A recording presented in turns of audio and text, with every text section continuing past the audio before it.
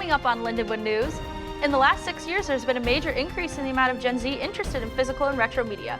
We explored why this phenomenon is occurring. Plus, rising gas prices leave consumers hurting at the pump. From campus pride now to pint glass, Lindenwood University is making history with its very own lager.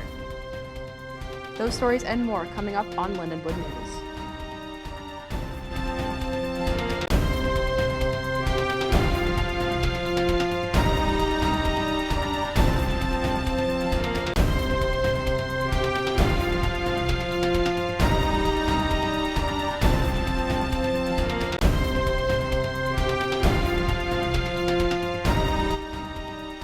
Hello and welcome to Lindenwood News. I'm Nicole Schaefer. And I'm Kay Copeland.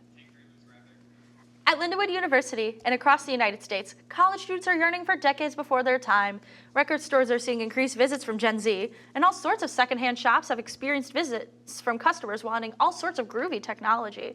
According to worldmetrics.org, vinyl sales in the United States reached 41.7 million units in 2023, up 6.6% since 2022. In 2023, vinyl accounted for a huge, in-your-face 20.4% of all music sales in the country. 68% of buyers are between ages 18 to 34. Of that, over half of buyers are women. Much of this rush interest can be attributed to a desire to own what you buy forever physically versus digital media that can be removed at any time with no trace left behind or explanation. Layla Tolbert, a former Lindenwood student, told us why retro and physical media matter to her, saying, quote, "Physical media matters to me because it's important that we hold on to things from the past so they don't get lost to time. You never know when big companies may try to get rid of having something digital, especially with things that are retro, because it seems like the older something is, the more digital platforms try to get rid of it because they don't think people care anymore. This is how lost media is created." Others say it is about cultural revolution. Another student at Lindenwood said, quote, "It's because of counterculture. It's always counterculture. It starts with alternative people who are doing it first, then the mainstream hops on like crazy." Andrew Smith, an associate professor of communications, had his own view of why Gen Z yearns for a bygone era.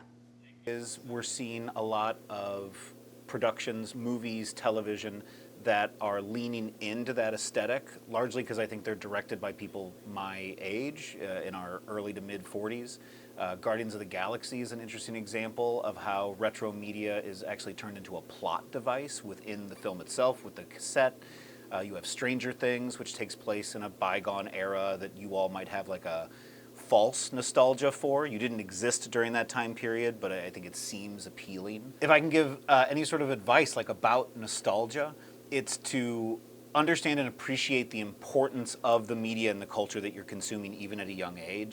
So the things that you're consuming, the devices that you're using, the apps that you're using, don't feel as though they're frivolous, because those will end up shaping the media landscape and your career path in the future. That's the scoop on retro media on campus. Stay rad, Lindenwood, and don't touch that dial. Gas prices are the highest they've been in 4 years. And here in St. Charles County, consumers say they're feeling the strain. Gas prices are surging across the country. Recent U.S. strikes in Iran have pushed the national average above $4 a gallon for the first time since 2022. It's not ideal to have to spend more money on gas, but it is what it is. Hopefully they'll go down soon. For some drivers, cutting back isn't always an option. Unfortunately, I can't really change how much I'm driving because I have to drive to different hospitals for my clinicals and stuff.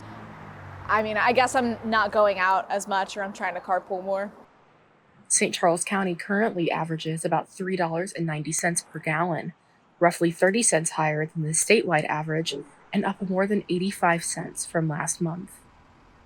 On Monday, tensions seemingly ramped up, with President Trump issuing a stern statement to Iran, threatening to take out essential infrastructure if they fail to open the Strait of Hormuz by Tuesday night.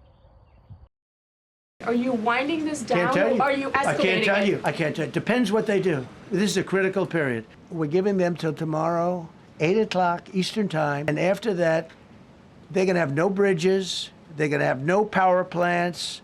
Stone Ages, yeah. Experts say higher oil prices could drive up costs beyond the gas pump. Goods and services, including parts of the global sugar supply, are already seeing disruptions. We're struggling to make ends meet, but you know, we don't have a say-so in this. I can't go out and do fun things, so I've definitely had to cut back. For now, drivers say they're making adjustments where they can, while hoping prices don't climb any higher. President Trump announced a 2-week ceasefire Tuesday night, conditioned on Iran reopening the Strait of Hormuz. And while prices remain high, experts say timing your fill-up can help, with Sunday and Monday typically being the cheapest days to buy gas. Chemical-based pesticides are frequently used when farming produce, and every year the Environmental Working Group tests common produce for the pesticides that could impact your health. They found that the fruits and vegetables most likely to be contaminated with harmful pesticides include blueberries, potatoes, apples, strawberries, and spinach, with spinach most likely to be contaminated. 2026 is also the first year the Environmental Working Group found that PFAS pesticides were the most prevalent type found on produce. PFAS chemicals are known as forever chemicals and are commonly linked to cancer and other health issues.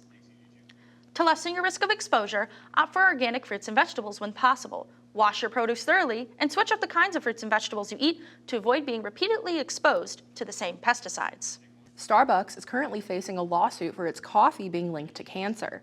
We talked with a Lindenwood student to get her opinion on the claim. I'm not a big coffee person. I do like their iced coffee. Either that or probably a chai. That's what I'm drinking right now, a chai. And then they just came out with like ube cold foam, so that's what I've got on top of it. There's so many things in your everyday life that can be linked to cancer. We're exposed to so many things every day that I just feel like my biggest opponent isn't my Starbucks drink. And I think it's to each their own. Like if that scares you, then stop drinking Starbucks. But me personally, I'm not that worried about it.